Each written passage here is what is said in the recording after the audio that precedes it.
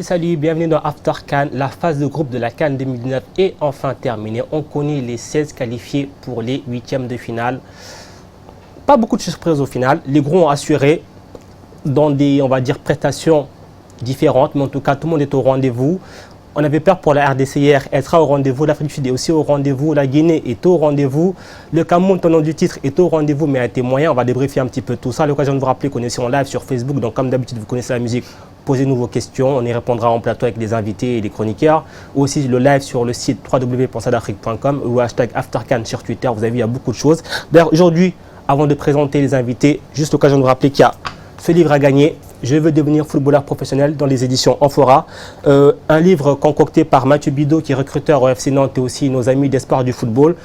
Si jamais vous êtes footballeur en herbe, vous rêvez de devenir footballeur, alors vous êtes parent, vous avez des enfants qui rêvent de devenir footballeur, c'est vraiment un guide qui est indispensable quand on veut devenir footballeur à l'avenir. Comment éviter les mauvaises rencontres, les agents, les contrats, ne pas se faire avoir. Il y a vraiment un tas d'informations intéressantes. Pour le gagner, c'est très simple. Il suffit de répondre à cette question. Quelle est la meilleure défense de la CAN 2019 après la phase de groupe? Je répète, quelle est la meilleure défense de la CAN 2019 après la phase de groupe? Un indice, il faut donner plusieurs réponses parce qu'ils sont plusieurs. Voilà, comme d'habitude, sur Facebook, vous donnez la réponse. Sur Twitter aussi, le hashtag AfterCAN, vous donnez la réponse. Le vainqueur de ce livre sera connu vendredi lors des huitièmes de finale. Ça, c'était pour l'introduction. Comme d'habitude, le plateau est garni ce soir. Richard Na du Cameroun et d'AfricaFoot.fr. Bonsoir Richard. Bonsoir Mansour. Content forcément ou non. Pas forcément à cause de la prestation? Non, je ne suis pas content. Tu sais très bien qu'aujourd'hui, le Cameroun a fait un faux pas. Ouais. Parce que premier de la poule, premier de la poule au départ, deuxième ensuite, après un match nul. Ils ont raté quelque chose. Ils ont raté quelque chose. En tout cas, on y reviendra dans l'émission. Farouk Abdou de Lucarno Posé SoFoot. Bonsoir Farouk. Bonsoir Mansour. Bonsoir Farouk, soulagé? Soulagé, mais habitué aux soirées un petit peu stressantes, oui. Pas content non plus, c'est ça? Légèrement, oui. D'accord. Et enfin, notre invité du soir, Sébastien Lyonnais, entraîneur des U16 féminines du Paris Saint-Germain. Bonsoir Sébastien. Bonsoir Mansour, bonsoir tout le monde. Merci d'être avec nous. Alors voilà messieurs, on a regardé ces matchs. On va commencer forcément en honneur au champion en titre, Richard. Le Cameroun qui se qualifie pour les huitièmes de finale. Le Cameroun qui, avant le dernier match, était leader du groupe, qui finalement se retrouve deuxième. Un match nul face au Bénin. Le Cameroun n'avait pas la pression. Mais qu'est-ce qui s'est passé? On ne les a pas sentis, en fait, les Camerounais. Mais justement, c'est de ça que je parle. Je parlais de ça la dernière fois ici, quand j'étais sur le plateau, où j'avais dit que je n'étais pas content. Je n'étais pas content parce que le Cameroun se comporte toujours comme une équipe qui a des choses à prouver, alors que tout le monde l'attend. Et le premier match du Cameroun, il était bien. Ils avaient montré des phases de jeu qui étaient intéressantes. Mais au final, au fil des rencontres, on s'est rendu compte qu'en fait, le Cameroun se cherchait. Ouais. On avait l'impression que c'est une équipe qui est éternellement en train de se chercher. Le coach, il fait un classement. Le premier match, le deuxième match, un autre classement, le troisième match, un autre classement, on a l'impression qu'il est en train de tâtonner. Il n'a pas une équipe petite dans sa tête. D'ailleurs, justement, on va voir la composition du Cameroun parce que c'est vrai qu'on a vu 3 matchs, 3 compositions différentes. Là, il y a eu une défense à 3 qu'on n'a franchement pas vu venir. Sébastien, vous qui êtes entraîneur, comment est-ce que vous expliquez que 3 matchs en phase de groupe, 3 systèmes différents? C'est-à-dire que c'est le coach qui n'a pas encore trouvé la bonne formule ou qui s'adapte à l'adversaire? Non, là, pour le coup, vu les prestations du Cameroun, je pense réellement que c'est le coach qui se cherche encore, qui n'arrive pas à trouver une stabilité dans sa défense. Et ça, c'est un peu inquiétant pour la suite de la compétition parce qu'on a besoin d'avoir des automatismes, surtout dans les phases où on va rentrer les phases d'élimination directe, où là, on n'a plus le droit à l'erreur, on n'a plus le droit de tâtonner. Et si le coach ne trouve pas rapidement une assise défensive qui est stable, je ne donne pas cher de la peau du Cameroun sur ces huitièmes de finale. Vous les avez trouvés comment, Farouk, ces lions indomptables? On a eu le sentiment qu'ils se sont un peu trop compliqués la tâche parce que dès le début, on voyait qu'il y avait des choses qui fonctionnaient très bien dès qu'ils passaient sur les côtés et qu'ils profitaient de la présence athlétique et physique de Baoken et Toko Ekambi au milieu. Ça a apporté de bonnes occasions de la tête, etc. Mais quand ils ont commencé à allonger, en particulier Zambo qui faisait des balles longues arrêtées, inutilement, ils ont beaucoup abusé de ça. Et au final, même quand le Bénin a commencé à reculer parce qu'il sentait qu'il fallait garder le match nul, le Cameroun en a très peu profité. Et au final, c'est assez décevant. Mais justement, comme Farouk dit, le Cameroun n'a jamais existé dans cette rencontre. C'est-à-dire même dans sa position de favorite. Elle n'a jamais existé. Elle s'est plutôt contentée de jouer parce qu'elle se disait que, bon, le Ghana, je ne sais pas, peut-être le Cameroun voulait rencontrer le Nigeria. Parce que moi, je ne comprends pas comment une équipe comme celle du Cameroun, quand la dernière fois on était ici, on a dit, oh, le Cameroun a joué le plus beau match de sa vie. Je me souviens, mais avec Amédi, vous n'étiez pas d'accord. J'étais pas d'accord parce que j'avais dit, quand tu es favori devant une équipe comme la Guinée-Bissau, si aujourd'hui le Cameroun avait gagné 4-0 face à la Guinée-Bissau, on ne serait pas dans cette situation. Le Cameroun aurait été premier, avait un goal average très intéressant. Vous voyez très bien que, comme je disais ça, tout le monde a dit « Oh, il n'est pas Camerounais, voilà un Camerounais qui n'a pas vu le match ». Je vous rassure, le Nigeria que vous avez vu jouer contre Madagascar, c'est un Nigeria qui est blessé. Quand on va arriver à la phase finale, aux phases de huitième de finale, ce sera autre chose.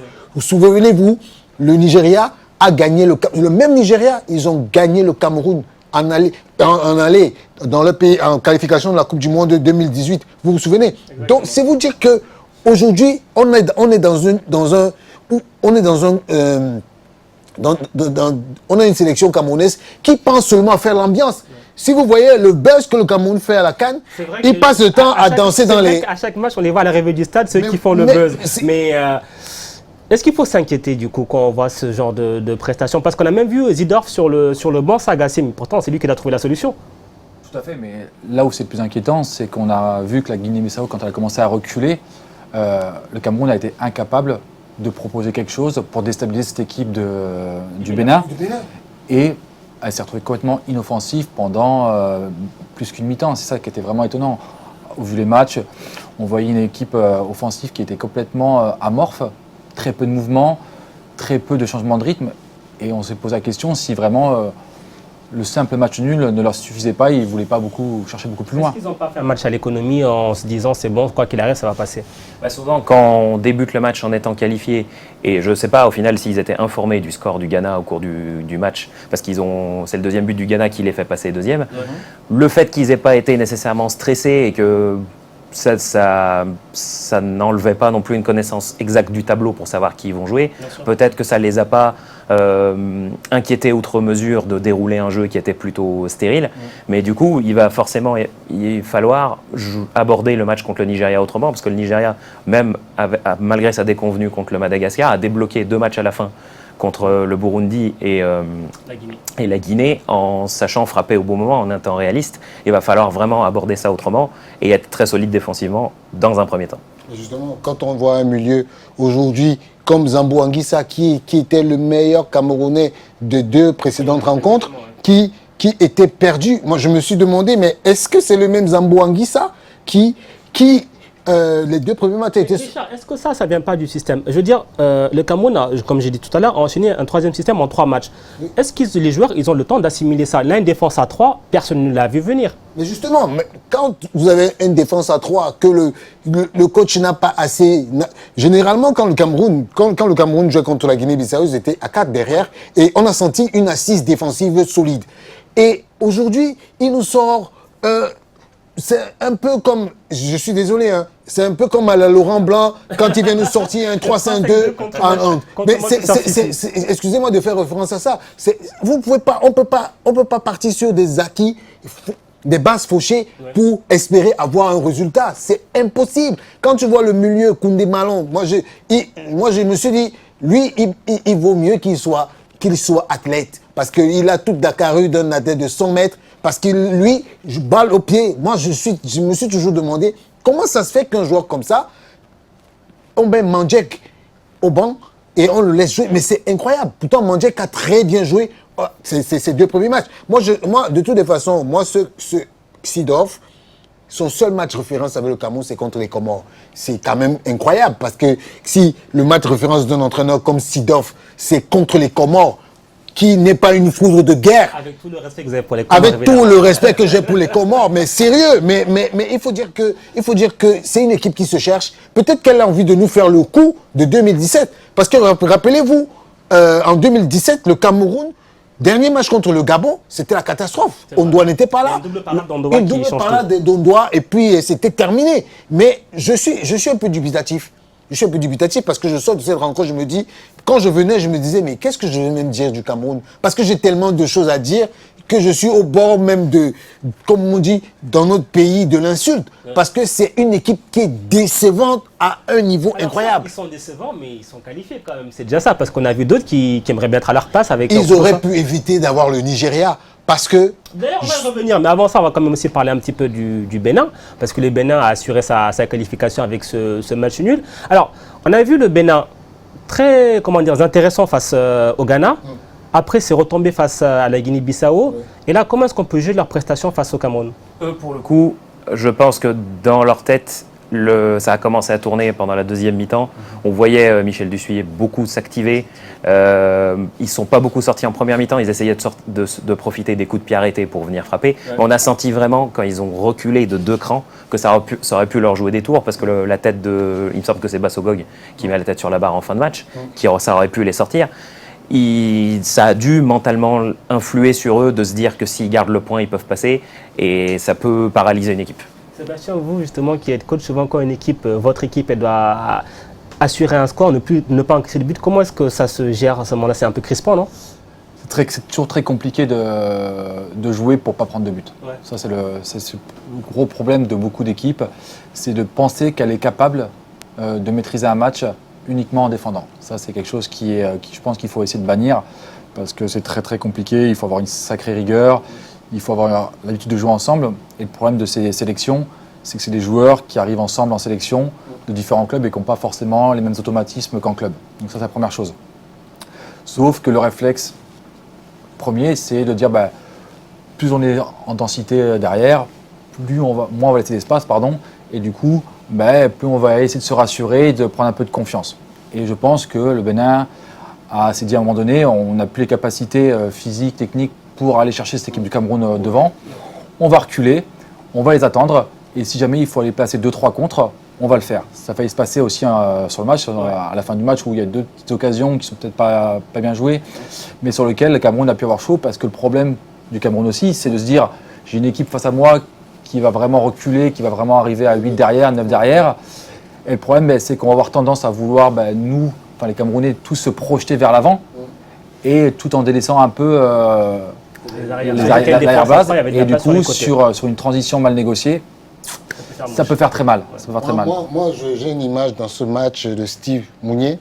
Il était seul en attaque. Ouais. C'est-à-dire que même ces Seignon qui étaient censés venir le relayer et le soutenir dans les phases offensives, il était justement recroquevillé. Parce qu'on avait l'impression qu'il attendait, il était attentif, il attendait que les ballons lui viennent. Et moi, je ne sais pas pourquoi il n'a pas poté, il est rentré après. Mais quand tu as un match où tu espères gagner et que tu as un joueur qui t'a mis 2 buts dans le premier match, pourquoi est-ce que on n'essaye pas parce que c'est un jeu de calcul. C'est vrai qu'il s'est dit, avec le Cameroun, si je me découvre trop vite, je risque d'avoir des problèmes. C'est vrai que le joueur qui, moi aussi, un peu plus côté camerounais, c'est Choupo-Moting. Parce que je relate un peu une petite blague qu'on m'a envoyée. On m'a dit, en fait, le PSG a envoyé le vrai Choupo-Moting au Cameroun et a récupéré est resté avec le faux. C'est exactement. C'est-à-dire que les prestations de Choupo-Moting en équipe nationale ces jours-ci, c'est carrément. Moi, je ne l'ai jamais vu jouer. C'est lui qui a la meilleure occasion du match. C'est lui qui a la meilleure occasion du match. Mais je pense que aujourd'hui, le système de jeu de Seedorf, c'est là où ça a pêché. Parce que franchement, le Cameroun, normalement, ce match, il le gagnait. C'est vrai, mentalement, ils étaient déjà qualifiés. Je suis persuadé que si le Cameroun était en danger dans ce match, ou bien il était en danger dans cette poule, ils auraient abordé différemment ce match. Bien sûr. Alors forcément, du côté du Bénin, cette qualification a fait des heureux. On va écouter le ministre des Sports, Oswald Omeki, à la sortie du stade. Regardez, il est assez content, il dit que c'est le fruit du travail. Ministre, une première qualification du Bénin en 8e de finale, est-ce la chance pour vous ou bien un travail, le fruit d'un travail? C'est toujours le fruit d'un travail. C'est toujours la combinaison du travail et de la grâce de Dieu. Je veux dire merci. Et vraiment merci à tous les bénévoles qui ont été de cœur avec nous. notre pays, on vous l'a dit, il est petit, mais on va le révéler au monde entier. Et ça commence. Et j'avais dit que ça passerait par le sport. Merci à l'équipe, merci à l'encadrement technique, merci à tout le public. Et vraiment, merci à Dieu qui continue de bénir le Bénin. Merci. Osvaldo Meki, ministre des Sports. Notre pays, il est petit, mais on va le révéler au monde entier. D'ailleurs, question de téléspectateurs, l'occasion de nous rappeler qu'on est en live sur Facebook, posez de vos questions. La preuve, ça marche. De Roméo Omao qui nous demande, pensez-vous que le Bénin peut aller loin dans cette CAN, avec cet effectif-là? Ah, il n'y a pas grand monde qui se mouille. Hein. Non, moi, je peux parler si je veux pas. Ils sont arrivés à surprendre le Ghana avec l'enthousiasme de l'entame, mais ça faisait longtemps qu'ils étaient pas venus. Peut-être que ça avait fonctionné sur ce coup-là, malgré la réaction du Ghana, mais on a vu après beaucoup plus de difficultés à surprendre.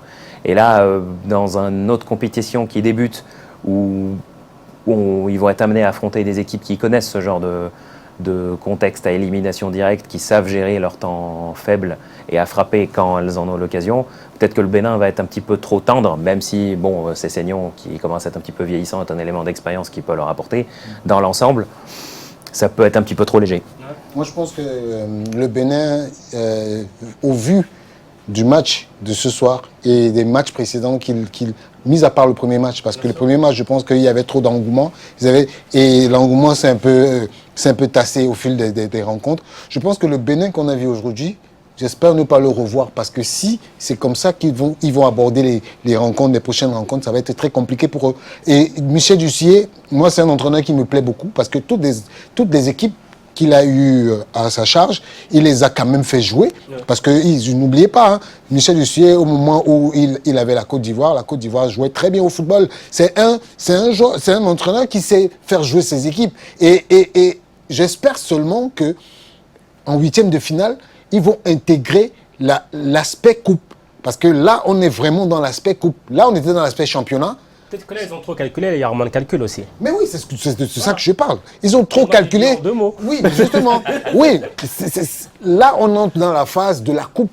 Puisqu'on était en phase championnat, là, c'est la coupe. Et s'ils veulent aborder les rencontres comme celles qu'ils ont faites avec le Cameroun, ça va être très, très compliqué pour eux. Et j'espère que l'engouement qu'il y a aujourd'hui, parce que j'ai mon correspondant à Cotonou qui m'a dit c'est la fête ici, les gens se cachaient, personne ne voulait sortir. Et après le match nul, tout le monde est sorti, les mamans donnaient les beignets gratuitement. J'espère qu'au huitième de finale, les mamans qui donnaient les beignets gratuitement ne vont pas les faire payer. Parce qu'aujourd'hui, s'ils jouent comme ça en huitième de finale, ça ne va pas pardonner et out. Mais le huitième de finale, il sera compliqué parce que ce sera le Maroc en face. Exactement. Le Maroc qui a fini avec 9 points, 3 victoires et surtout n'a encaissé aucun but. Indice pour le jeu concours. Ça va être compliqué. Ça va être très compliqué. Le Maroc avec des joueurs qui ont l'habitude, l'expérience de jouer des grands matchs. Le Bénin, comme on vient de le dire, qui manque d'expérience, si ce n'est Seignon, qui a peu d'expérience, mais qui est un peu vieillissant et qui, tout seul, je pense qu'il sera un peu esselé dans cette dynamique d'essayer de porter son équipe vers l'avant. C'est un match à élimination directe qui se profile devant eux. Le Bénin n'a pas l'habitude. Le Maroc a plus l'habitude. Le Maroc arrive avec une grosse confiance. Le Bénin a gagné, mais s'est qualifié un peu au forceps là, avec beaucoup de difficultés. Ils ont lâché beaucoup d'énergie, je pense, sur ce match du Cameroun. Il va falloir vraiment jouer crânement sa chance, ne pas réfléchir et espérer que le Maroc déjoue et pense que ça va être une confrontation facile et que pour eux c'est juste une étape avant les quarts de finale. Vous l'aurez compris, donc ça veut dire entre les lignes avantage Maroc, mais il faudra que le Bénin ne calcule pas pour espérer avoir sa chance. On va passer au deuxième match du groupe avec le Ghana qui fait la bonne opération. Richard, je vois déjà sourire. Le Ghana qui s'est imposé 2 buts à 0 face à la Guinée-Bissau. On a vu un Ghana un peu décevant face ce premier match justement face au Bénin. Ensuite, après face au Cameroun, il y a eu un peu de mieux, mais c'était encore poussif. Là, alors c'est le Ghana qui monte crescendo ou c'est la Guinée-Bissau qui en fait, Farouk n'était peut-être pas au niveau espéré?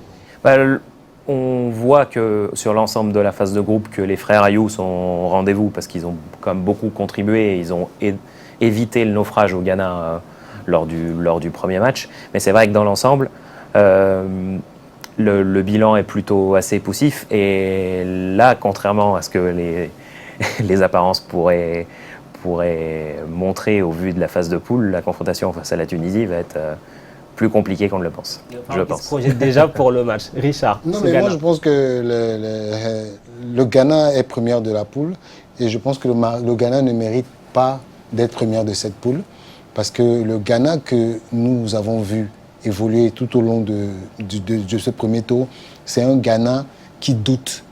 Et il faut dire qu'il ne faut pas oublier les problèmes d'avant-compétition qu'il y a eu avec les histoires de Brassard. C'est vrai. Et ça a beaucoup impacté sur l'esprit, l'état d'esprit du groupe. Je me souviens, j'ai vu une vidéo, Cameroun-Ghana, où le Cameroun est venu galvaniser en dansant. Et quand le Ghana est arrivé, les Ghanéens qui sont généralement comme les Camerounais, qui chantent, qui dansent, ils n'étaient pas expressifs. Ils marchaient, chacun dans son coin. Et on sent, même sur le terrain, on sentait qu'il y a un problème.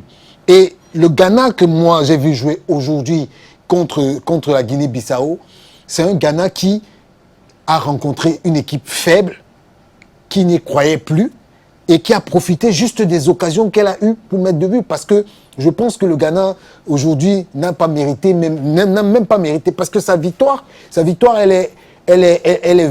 comme deux faibles qui se rencontrent. Franchement, je suis déçu. Moi, je pensais que l'équipe qui allait vraiment faire le poids, à part le Cameroun dans cette poule, ce serait le Ghana. Mais le Ghana s'est comporté comme un jeune pouce. C'est drôle que vous dites ça parce qu'ils sont quand même premiers. Oui, mais ils sont premiers.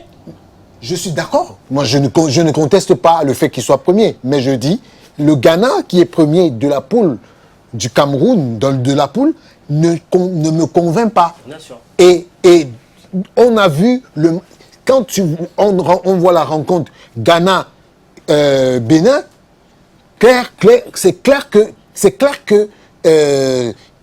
si on ne donne pas le carton à John Boy, c'est vrai que le Bénin n'égalise pas, mais l'expérience de ces jeunes, ils sont ensemble depuis au moins 8 ans. Ils se connaissent, mis à part un peu des petits changements comme le gardien qui n'était pas de l'épopée de 2017. Mais je pense que c'est une équipe qui se connaît assez. Ils ont eu la chance de jouer ensemble au moins 4 ans.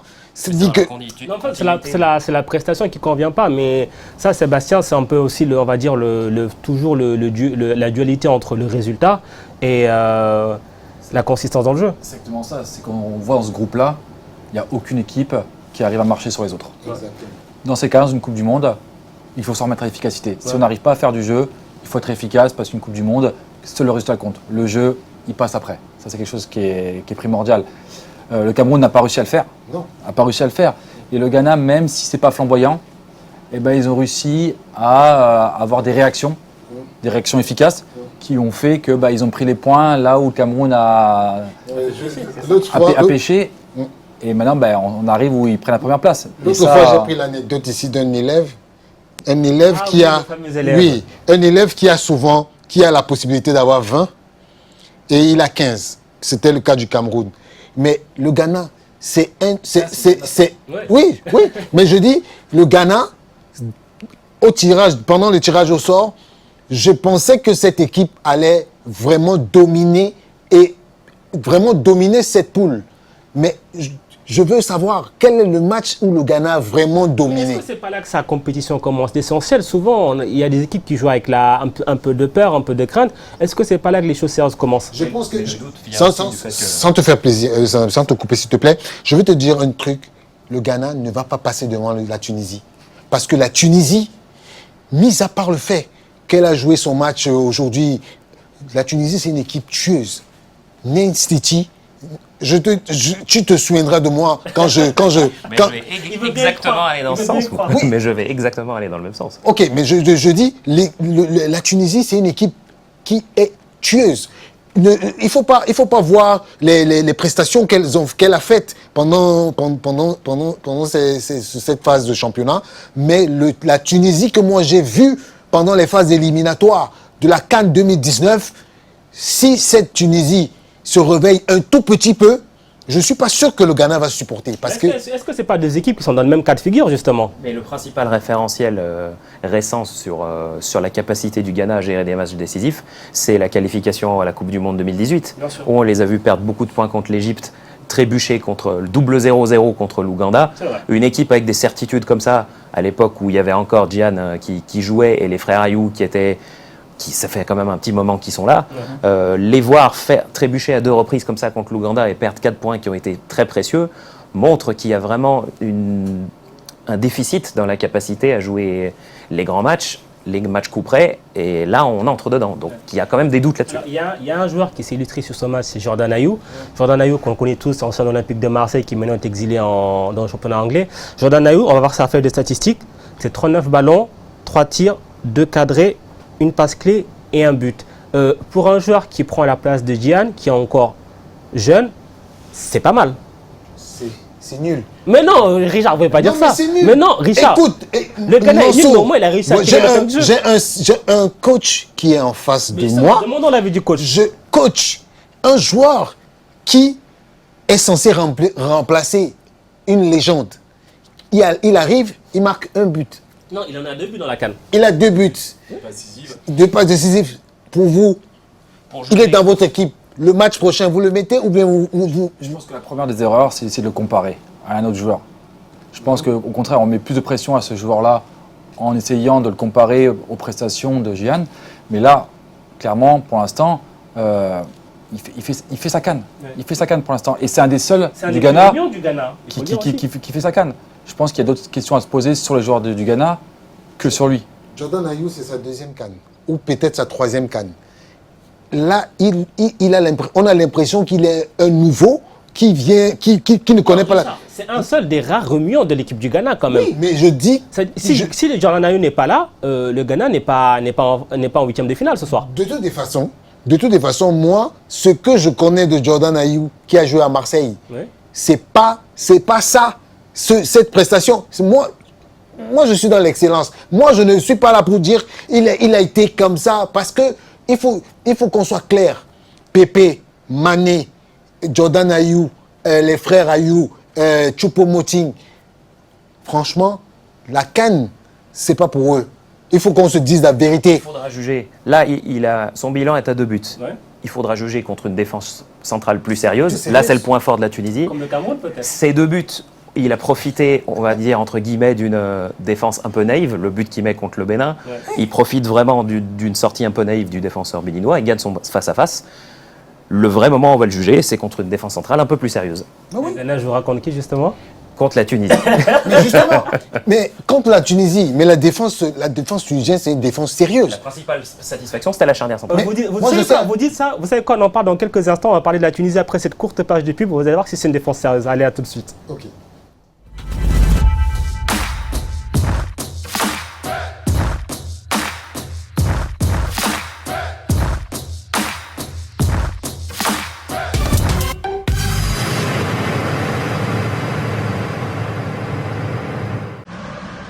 Vous savez que là dehors, en fait, ils sont des milliers à compter sur nous.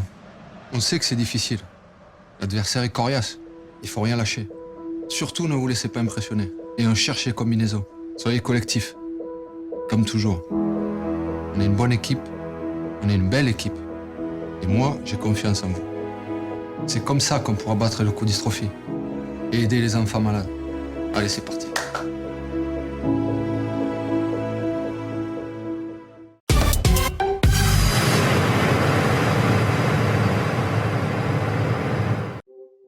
Bienvenue dans votre journal de la mi-journée. Bienvenue à toutes et à tous dans le grand journal des sports.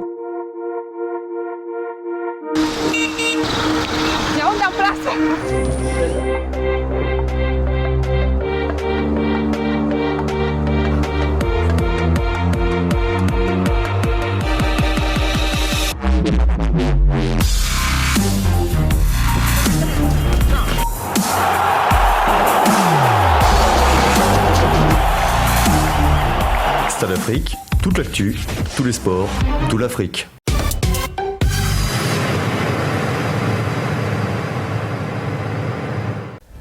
Salut à tous, vous connaissez After Stade. Pendant la CAN, rendez-vous dans After CAN, votre émission 100% foot, tous les soirs après le dernier match du jour, avec en plateau mes invités et mes chroniqueurs pour débattre sur des sujets enflammés. Au programme, beaucoup de bonne humeur et aussi de l'analyse et du décryptage. Mais aussi votre participation à vous, les téléspectateurs, sur les réseaux sociaux. Envoyez-nous vos questions, on y répondra en plateau. On compte sur vous dans After CAN sur Stade Afrique et nulle part ailleurs.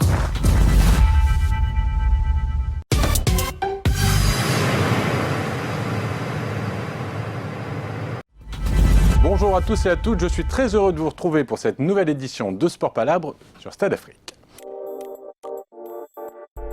Est-ce qu'eux, ils y vont sans complexe en disant « mais moi aussi j'ai le droit ». Maintenant après, comme je disais tout à l'heure, c'est un tour de table des fois qu'on peut avoir. Nous, on veut responsabiliser les fédérations. En fait, déjà dès que tu commences en pro, on te dit tu as ce devoir d'exemplarité. Qu'il se passe en Europe, en Asie, en Afrique ou ailleurs, le monde entier pourra le voir. Des débats enflammés, des polémiques et des spécialistes. Votre talk show du mercredi, c'est Sport Palabre à 19h20, présenté par Laurent Leleu.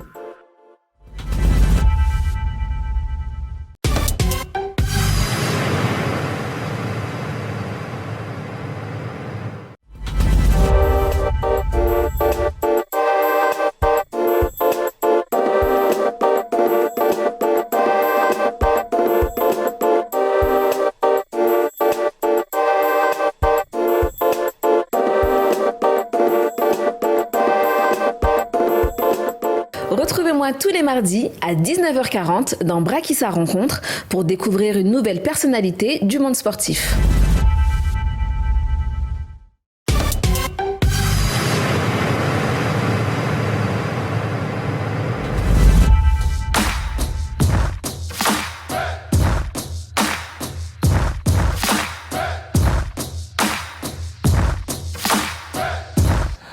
After CAN, deuxième partie, toujours accompagné de Richard Naha, Farouk Abdou et Sébastien Lyonnais, entraîneur des U16 féminines du Paris Saint-Germain, qui nous fait l'honneur d'être avec nous ce soir. L'occasion de vous rappeler qu'il y a ce livre à gagner, Je veux devenir footballeur professionnel. Tous les trucs, astuces, les pièges à éviter, c'est dans ce bouquin. Ça se lit facilement. J'ai lu en 2 heures pour vous dire, moi qui n'aime pas lire. Pour le gagner, c'est très simple, il faut répondre à cette question. Quelle est la meilleure défense de la phase de groupe de la CAN 2019 ? Indice. Elles sont plusieurs, donc allez sur Facebook, sur Twitter, aussi sur le replay qu'il y aura sur YouTube, aussi sur le site. Envoyez-nous vos réponses et le vainqueur sera connu ce vendredi pour les débuts des 8e de finale. Avant de poursuivre avec les autres affiches du jour et notamment la Tunisie qui est opposée à la Mauritanie, il commençait déjà un petit peu à ma droite à parler dessus. Cette question sur le live Facebook d'Armand aussi, ancien international gabonais qui d'ailleurs j'espère sera bientôt avec nous sur ce plateau. Bonjour la team. Il a une question qui concerne le plan de jeu des Seedorf, cette défense à 3 qui ne l'a pas convaincu. Richard, je pense que ça va vous intéresser. Qu'est-ce qu'il dit ? Il trouve que Seedorf tâtonne un peu. Quand on voit le contenu du premier match assez prometteur, pourquoi est-ce qu'il a changé ?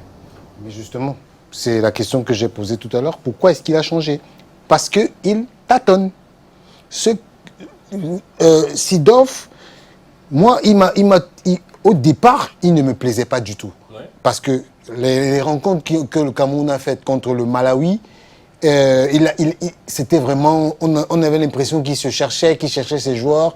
Le match où il m'a le plus plu, c'est contre les Comores. Mais aujourd'hui, je peux te dire que je ne sais même plus où mettre la tête avec Seedorf. Ouais. Hier, il y a un journaliste qui m'a posé la question. Au final, Seedorf, comment il est perçu au Cameroun ? Je lui ai dit, Seedorf, il est une énigme. Personne ne sait où il va, qu'est-ce qu'il fait, ce qu'il a dans sa tête. Et en conférence de presse, c'est lui qui est le plus optimiste. Ouais. On a l'impression qu'il fait le service après-vente de ses matchs, avant-vente même. Parce que quand on dit même service après-vente, c'est qu'il fait le service avant-vente de ses rencontres. Et au final, c'est comme un joueur qui te dit demain je vais marquer. Il ne fait même pas une passe au gardien.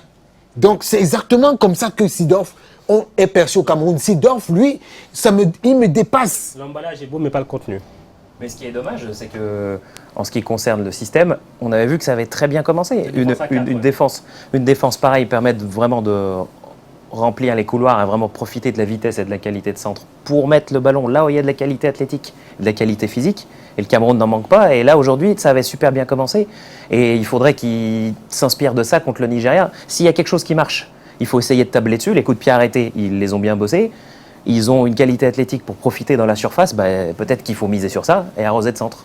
Je me posais la question, est-ce que Seedorf ne se projette pas en tant qu'ancien joueur de la Hollande qui a brillé, qui avait vraiment un jeu assez léché, et est-ce qu'il est à même, est-ce qu'il a la capacité de gérer une sélection? Est-ce que c'est pas plutôt l'entraîneur de club qui a besoin de temps pour poser son jeu, ses convictions?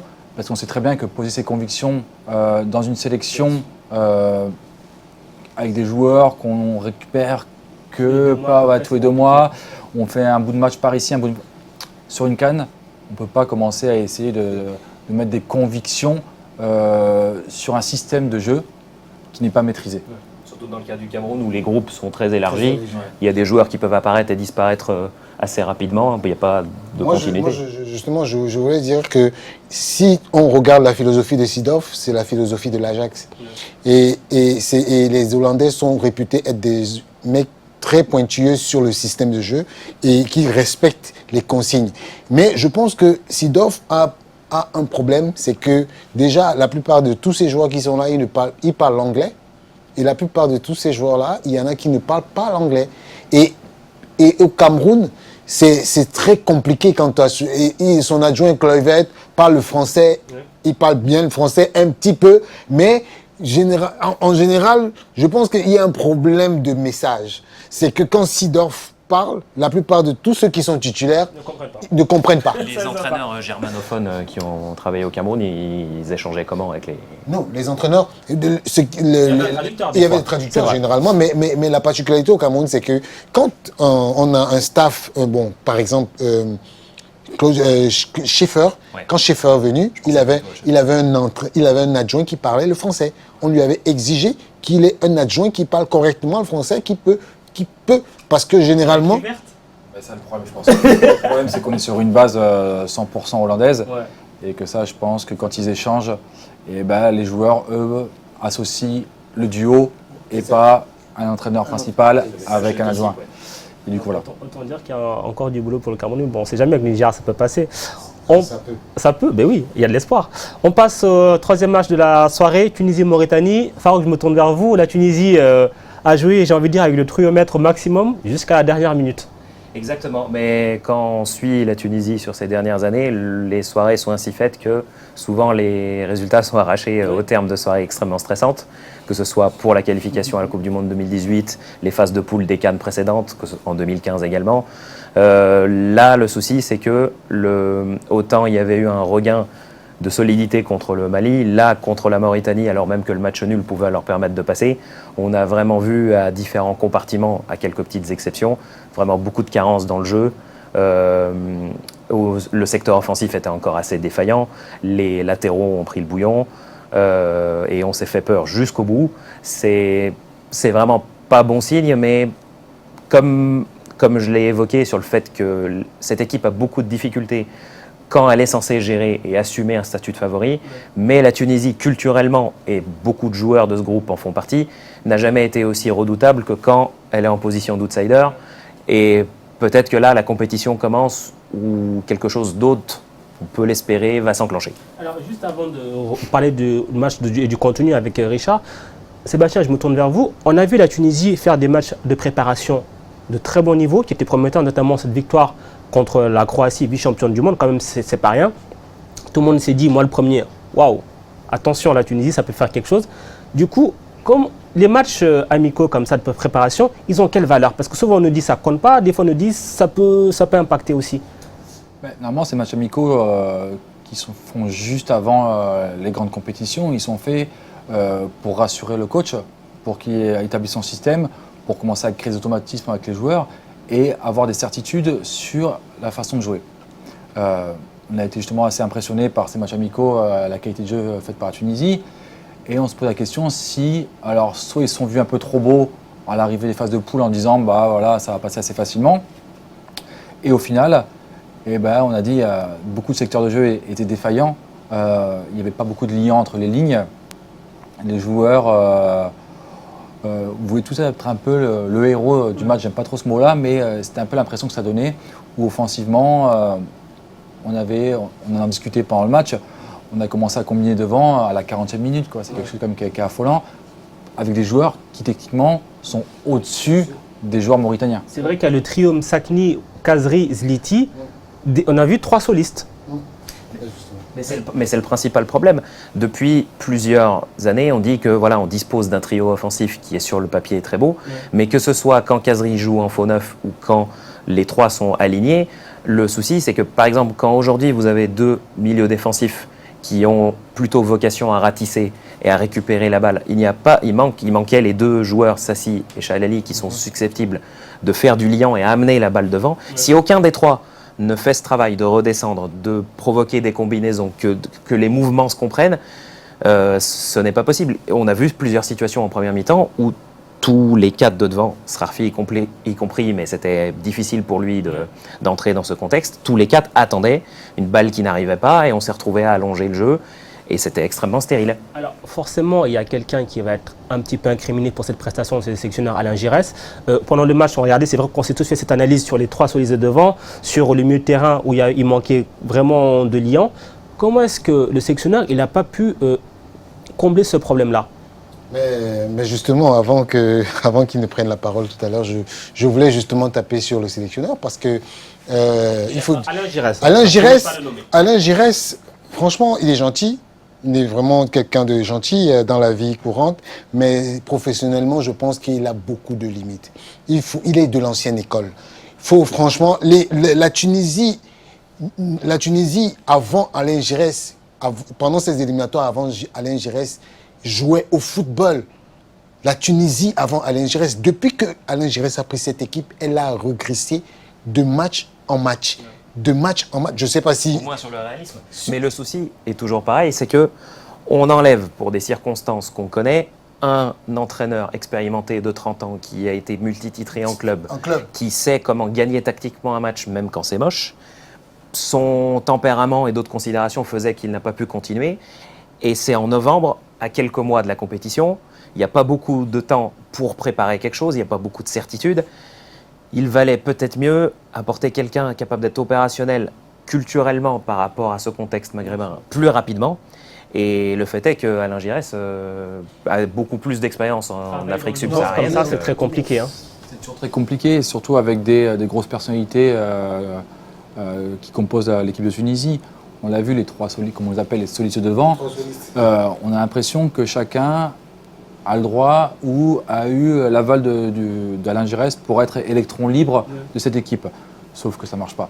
On peut en avoir un électron libre parce que par sa qualité technique, parce que voilà, depuis on en parlait, Kazri qui depuis quelques années, lui maintenant, arrive à un peu avoir ce rôle d'électron libre, qui arrive un peu à dézonner justement pour créer un peu d'incertitude dans la défense. Mais c'est que les 2 autres faisaient pareil. Et on se retrouvait avec des mouvements qui n'étaient pas liés les uns aux autres. Et du coup, il n'y avait aucune efficacité sur le déplacement offensif des joueurs. Et ça, je pense que ça pèse beaucoup. Et si on n'arrive pas à avoir un sélectionneur qui impose aux joueurs de respecter les schémas, les cheminements tactiques en jeu, ça va être très compliqué, même face au Ghana, malgré qu'on le critique. Quand Nabil Maloul était arrivé 1 an avant les qualifs pour 2018, c'est quelqu'un qui a le vécu, qui a été adjoint de Roger Lemaire en 2004, qui connaît le championnat comme sa poche. Quand il a fallu faire des choix et dire on va être pragmatique, on va jouer comme ça, on fait des choix clairs, on ne bouge plus, il l'a fait. Certes, les qualifications pour la Coupe du Monde 2018 ont été ce qu'elles ont été. La Tunisie l'a arraché la qualification. Mais il fallait pour ce même contexte, c'est-à-dire à quelques mois de la compétition, quelqu'un qui soit capable d'être opérationnel rapidement, qui connaissait le contexte et les joueurs. C'est justement, ça pose le problème de confiance des entraîneurs nationaux dans les équipes nationales africaines. Parce que moi, Alain Giresse, sa meilleure performance en Coupe d'Afrique, c'est demi-finaliste avec le Mali. Et après ça, il est allé au Gabon, ça n'a pas marché. Il est allé au Sénégal, ça n'a pas marché. Mais je ne comprends pas comment ça peut arriver qu'on puisse virer un coach qui a des résultats, un sélectionneur qui a des résultats, et pour prendre un... Moi, je suis désolé, mais c'est une solution d'urgence. Il y a eu d'autres choses qui sont entrées en compte. Oui, mais c'est vrai. Mais qu'est-ce qui est plus important que le résultat?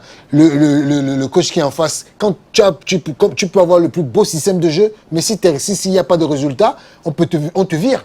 Mais Alain Giresse, depuis qu'il a pris cette équipe, elle ne fait que sombrer.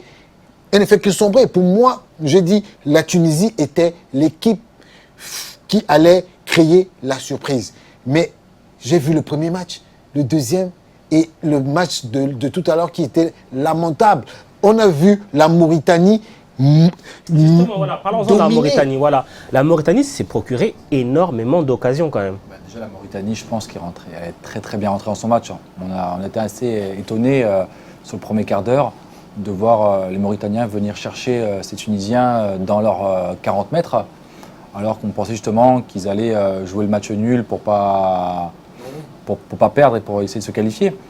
Et au final, on s'est demandé si ce n'était pas justement la Tunisie qui était un peu outsider sur ce match-là au début du match. Sur plusieurs occasions, la Tunisie a vraiment eu de la chance que l'attaquant de l'US Tataouine, Diakité, veuille en faire trop, parce qu'il y a eu beaucoup de situations où la différence était faite. Il suffisait juste de finir avec un décalage. Et ça n'a pas été fini. Justement, moi je pense qu'avec la philosophie de Corentin Martins, qui a quand même été un attaquant de classe, mais je pense qu'il a un peu donné de son âme à cette équipe. Si l'équipe mauritanienne avait été juste un peu tueuse, ce match, je pense qu'aujourd'hui on serait pas en train de parler. Exactement. On serait en train de dire la Mauritanie est qualifiée, elle est en 8e, mais est-ce que quelque part la Mauritanie n'a pas loupé le coche contre l'Angola? Parce qu'on était ici 4 jours plus tôt, on s'est dit, est-ce que c'était pas le match le plus nul de la CAN en termes de contenu? Oui, mais moi ce que je dis souvent c'est que un match ne vaut pas un autre. Bien sûr. Parce que le match Mauritanie-Angola, je pense que c'est là que devait se jouer la qualification de la Mauritanie. Mais maintenant, elle était assez fébrile. On se demandait, mais est-ce que c'est cette équipe?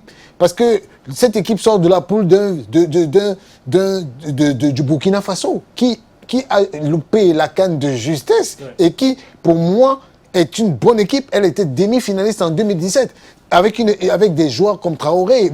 Cette équipe mauritanienne a quand même battu la Guinée en match amical 2-0. Et Dieu seul sait que la Guinée a toujours battu la Mauritanie. Le plus haut score de la Mauritanie, c'était 14-0. Guinée-Mauritanie en 1972. Et pour voir le niveau, à quel niveau ils sont arrivés. Oui, ils ont progressé. Mais je pense qu'il faut être réaliste. Quand vous arrivez dans une rencontre comme celle avec l'Angola et que vous n'êtes pas réaliste, mais vous n'avez qu'à vous apprendre à vous-même. Et ils sortent d'un premier match perdu très largement contre le Mali. Ils voulaient avoir des certitudes et être un petit peu plus solide, quitte à être moins créatif devant. C'est un petit peu compréhensible aussi. Donc on va dire que c'est le dur apprentissage d'une compétition, vu que c'est la première CAN. Corentin Martins ne pas arriver là en leur disant, voilà, on n'est pas du tout favori, on est outsider, même plus qu'outsider, mais cette CAN-là va nous servir à prendre de l'expérience. On s'est qualifié un peu difficilement dans cette CAN. Et je pense que l'expérience qu'ils sont en train d'acquérir depuis le début de cette compétition, même si le début a été compliqué, c'est toujours compliqué pour des petites nations entre guillemets de la CAN d'arriver à s'assumer dès le début. Là, je pense qu'ils prennent de l'expérience et qu'ils arrivent à être efficaces. Aujourd'hui, s'ils gagnent 1-0 contre la Tunisie, ça n'aurait pas été usurpé. Ça n'aurait pas été usurpé. Justement, c'est pour ça qu'il faut... Au passage, c'est pour ça. Mais je pense qu'aujourd'hui, des nations dites petites devaient un peu s'inspirer de l'équipe de Madagascar. Quand vous voyez l'équipe de Madagascar jouer, vous avez l'impression qu'ils jouent la CAN depuis, alors que c'est leur première CAN. C'est la Mauritanie, il leur a manqué la réussite ce soir. Il leur a manqué la réussite. Et la similitude avec les deux pays, là, la Mauritanie et Madagascar, c'est qu'en phase de poule, en phase qualificative de la Coupe d'Afrique, elles se sont qualifiées avant la dernière journée. Avant la dernière journée, ils étaient assurés d'être qualifiés. Et je ne comprends pas pourquoi les Mauritaniens ont autant hésité. Je pense qu'ils étaient un peu... Vous savez, quand vous avez plus fêté la victoire de la qualification, je pense qu'ils ne se sont encore jamais remis de leur rêve d'être qualifiés pour la première fois pour la CAN. Et ce qui fait que quand ils sont arrivés pour le premier match contre le Mali, ils étaient un peu crispés. Parce qu'il faut dire que la CAN, c'est pas... Même quand tu vis la CAN en tant que journaliste, il y a une sorte d'émotion. Et je pense qu'ils sont encore restés un peu sur cette émotion-là et ils se sont réveillés aujourd'hui. Il leur aurait fallu un quatrième match. Quand vous perdez le premier match, ça devient beaucoup plus difficile. Hormis, bon, il y a eu la RDC qui s'est redressée, mais pour un cas comme ça... La RDC qu'on a redressé. C'est pas qualifié tout seul. Ça, c'est la petite pique pour mes amis congolais. Hein. C'est de bonne guerre. Alors, on va passer au dernier match qui avait lieu. C'était donc Mali-Angola. Le Mali, les Aigles qui ont fait le travail. Premier du groupe. Une victoire contre l'Angola. C'est un Mali qui n'est pas forcément extraordinaire, mais c'est un Mali qui est appliqué, j'ai l'impression. Oui, c'est un Mali qui est appliqué. Et on ne parle pas beaucoup du travail de Magasuba, le coach. Exactement. Magasuba, parce que un local, oui, Magasuba, il a une philosophie. Moi, il y a quelqu'un qui m'a fait une confidence en me disant que le coach Magasuba fait des séances uniquement avec des joueurs à l'entrée de la surface. Ouais. Il tire, si vous regardez, beaucoup de joueurs maliens, quand ils sont dans les 40 mètres avant la surface, ils tirent. Rabda, c'est encore un but sur une frappe extérieure. Le but de Aïdara. Oui. Aïdara, c'est un joueur qui était champion U17. Il a joué la CAN U17 et c'est un joueur qui est monté. Il joue à Leipzig. Il joue à Leipzig. C'est un très bon joueur. Il fait partie de la génération de Salam Djidou qui joue à Monaco. Normalement, Salam Djidou devait être à cette CAN. Mais comme il est un peu indiscipliné, peut-être que le fait qu'il joue à Monaco le monte un peu sur sa tête. Mais Aïdara, c'est un joueur discipliné qui, petit à petit, a pris ses galons dans cette équipe. Il est titulaire. Et aujourd'hui, ils n'ont même pas. Moi, je pense qu'ils ont joué de façon un peu timide parce que dans la tête, ils étaient déjà. Parce que la première. Ils ont remis leur équipe. 9 changements sur l'équipe départ. 9 changements, c'est énorme. L'Angola au départ tenait tête à cette équipe. Ouais. Hein. Mais après, on a senti que vraiment, il y a une différence de niveau en fait. Même avec les remplaçants. Et le bilan au final est très satisfaisant avec 2 victoires, un match nul. Je pense qu'il va falloir paradoxalement plutôt qu'ils s'inspirent des difficultés qu'ils ont eues lors du deuxième match, avec la façon avec laquelle Marega a été isolé du reste de l'équipe. À chaque fois qu'il perçait le premier rideau, sur les côtés, quand ça allait très vite, et il y a cette capacité à repiquer, frapper de loin, c'est super. Mais s'il tombe sur une équipe en 8e ou en quart, qui arrive, pareil, à bloquer Marega du reste et qui les attend, parce que maintenant, ils vont être attendus. Il y a beaucoup d'analyses vidéo des équipes qui vont dire on a ces joueurs-là, Diaby, Adama Traoré, qui rentrent et qui frappent. Maintenant, s'ils tombent sur une densité de milieu de terrain qui vont les empêcher de faire ça et isoler, il va falloir qu'ils s'adaptent et qu'ils sachent comment faire dans cette situation-là. Ça tombe bien que vous projetez Farouk, parce qu'on a encore une question téléspectateur de Abel qui nous écrit depuis Lomé, qui nous demande justement que cette phase de groupe elle est terminée, qu'on connaît les qualifiés pour les pions du final. Comment est-ce qu'on peut juger le niveau global pour l'instant de cette CAN à 24 ? On a l'impression, il dit que les équipes subsahariennes, est-ce qu'elles pourront répondre présent dans le dernier carré ? On a l'impression que pour l'instant les équipes, donc Maroc, Algérie aussi, Égypte, sont un ton au-dessus. C'est le premier sentiment qu'on a sur cette phase de groupe. Hein. C'est que les équipes maghrébines, elles sont au rendez-vous, quasiment à 100%. La Tunisie, avec un gros bémol, sont qualifiées, gagnent leur match. Alors, peut-être pas de la plus belle des façons, mais elles sont efficaces. Ouais. Et elles engrangent un maximum de confiance quand toutes les équipes subsahariennes, pour elles, font un peu les montagnes russes sur leur performance. Et je pense que la confiance, c'est quelque chose qui est primordial dans une CAN. Et là, je pense que ça va faire la différence sur cette deuxième partie. Les nations du Maghreb, un ton dessus, Richard ? Pas trop. Oui, un peu. Mis à part l'Algérie et l'Égypte. L'Algérie et l'Égypte qui sont vraiment un ton au-dessus. Mais le Maroc, ils ont fait 3 matchs, 3 victoires, mais pas convaincants. Mais moi, je vais un peu revenir sur le nombre de buts sur la phase aller. C'est quand même un record, 52 buts. Et je rappelle que de la première journée à la deuxième journée, on était déjà à presque 24 buts. Mais c'est pas grâce au match à 16h30. Non, c'est pas ça. Non, mais aujourd'hui, bon, c'est vrai qu'au niveau, il n'y a pas beaucoup de joueurs qui se démarquent. Il y a Salah qui a 2 buts, il y a Traoré qui a 3 buts, je crois. On commence d'ailleurs à voir depuis plusieurs CAN que il n'y a jamais il y a de moins en moins un meilleur buteur qui monte assez haut. Ils sont autour de 3-4 buts. 4-5, parce que ça se voit de plus en plus. Ça se resserre. Et c'est vrai que c'est un record. Hein. C'est un record d'avoir quand même toute une phase de poule où il y a un carton rouge. Et je pense qu'aujourd'hui, on parle peu du comportement des arbitres, mais les arbitres, vraiment, moi, c'est une surprise parce que je me suis dit, avec toutes les gaffes qu'il y a eu pendant la Champions League africaine, dans les arbitres mais il faut aussi saluer un peu le travail de la commission des arbitres qui est quand même... Il y a des erreurs aussi, Richard. Oui, il y a des erreurs. Hier, il y a eu beaucoup d'erreurs. C'est vrai qu'il y a eu des erreurs, mais le comportement global de l'arbitrage, vraiment, c'est limite correct. Et je pense que le fait qu'on est réunis, parce que tous ces arbitres-là ont été réunis pendant près d'un mois en stage au Maroc, où vraiment on leur a donné des indications claires, parce que à partir du quart de finale, il y aura la VAR qui va intervenir. Ça va être encore plus compliqué. Et moi, je pense que ce qu'on ne sait pas, nous, c'est que les arbitres aussi jouent leur CAN.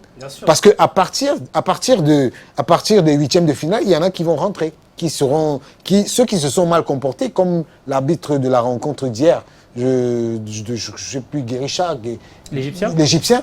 Je pense qu'il était... Vous savez qu'il avait été d'abord suspendu. Et il était réhabilité. Donc, je pense que ces arbitres-là, on va les mettre un peu de côté. Et ceux qui ont été meilleurs, ils vont être promis. C'est une compétition dans la compétition. Ceux qui sont formés à la VAR aussi, qui vont avoir un avantage. Oui, justement. Donc, alors, on va regarder un petit peu quand même le programme de ces huitièmes de finale. Il y aura de belles affiches, vu que le Nigeria a un petit peu tout baisé dans la compétition. Le Nigeria qui sera opposé donc Richard au Cameroun. Je vois que ça vous fait plaisir. On commence par vendredi, Maroc-Bénin. Ensuite, il y aura Ouganda-Sénégal, Nigeria-Cameroun, Afrique du Sud, Égypte, Algérie-Guinée, Madagascar-RDC, Mali-Côte d'Ivoire qui vaudra le détour aussi, et enfin Ghana-Tunisie. Sébastien, quand on voit ces affiches-là, quelle équipe vous a fait le plus forte impression? Ce que je disais juste avant, je pense que l'Algérie, pour moi, pour l'instant, est une des nations qui est très bien rentrée dans cette compétition et qui donne le plus de certitude. Donc je pense que pour l'instant, je mettrais une petite pièce dessus si je devais parier. Elle a une équipe qui est complète, qui est homogène, qui produit du jeu, qui est efficace et qui a un banc aussi avec des joueurs qui n'ont pas encore beaucoup joué et qui, je pense, que on a vu le troisième match remplaçant vraiment apporté. Ouais. Et je pense que c'est ça qui fait aussi qui peut faire la différence sur une CAN où il y a des grosses chaleurs, où les joueurs sont un peu éreintés d'une fin de saison qui a été longue. Et je pense que la nation qui va avoir un banc large et profond et qui va permettre de substituer ses joueurs sans perdre en qualité, va faire la différence au bout. L'Algérie est bien partie. Mise sur l'Algérie, pour vous Richard, rapidement. Moi je mise sur l'Algérie et l'Égypte. Parce qu'il faut dire que l'Algérie, Belmadi, il a une philosophie de jeu, il est carré, il ne transige pas, il est sur la discipline, avec lui, c'est ça ou ce n'est pas ça. Et l'Égypte, Raver Aguirre, il faut quand même dire qu'il a été sélectionneur du Mexique en 2014 en Coupe du Monde. Oui, non, rapidement. Mais je veux dire qu'il a une philosophie de jeu. Il a une philosophie de jeu c'est le ballon à outrance. Si vous regardez l'équipe égyptienne jouer, elle veut à tout prix avoir le ballon. Et enfin, Farouk. Je suis très curieux à chaque fois des confrontations 100% Afrique du Nord, suivant la disposition du tableau. Le Égypte-Maroc en 2017 m'avait beaucoup intéressé. Et j'attends de voir, selon la disposition, quand l'Égypte va croiser un adversaire maghrébin, parce que je pense que c'est la clé du tableau. Ouais. Vous l'aurez vu, donc, il y a beaucoup de gens qui misent sur l'Algérie. Messieurs, merci pour votre participation. L'occasion de rappeler que le gagnant de ce livre sera connu ce vendredi. Répondez à cette question. Quelle est la meilleure défense de la CAN 2019? Indice, il y en a plusieurs. Allez sur Facebook, commentez. Le gagnant sera connu ce vendredi. Rendez-vous d'ailleurs vendredi pour les premiers huitièmes de finale. On sera là, même lieu, même heure. Allez, ciao, bonne soirée.